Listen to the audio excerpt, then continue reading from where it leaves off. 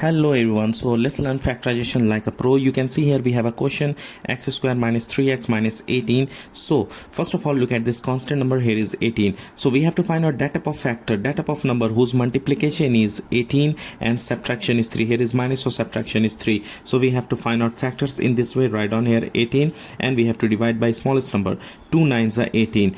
2 9s are 18. When 9 minus 2, when you subtract this 2, we will not get 3. So once again we have to do 3 3s are 9. Now you can see 2 3s are 6. 6 minus 3, 3. So 6 minus 3, when you subtract we get 3, and when you multiply these two numbers, 6 into 3 is equal to 18. So while multiplying 18 and while subtracting 3, the factors are 6 and 3. So we can write here x square minus, in the place of 3 we have to write down 6 minus 3. Here is x, so x minus 18, so write down here minus 18.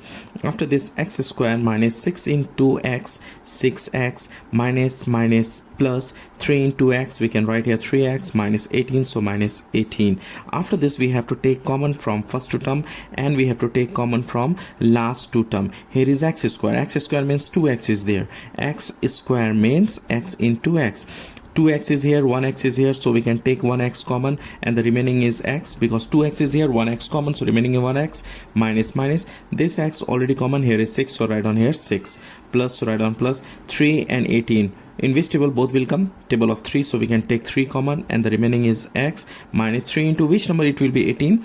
3 6 are 18. Now you can see here also x minus 6, here also x minus 6, both will be same always. If not same, then your calculation something is mistake here, you have to understand.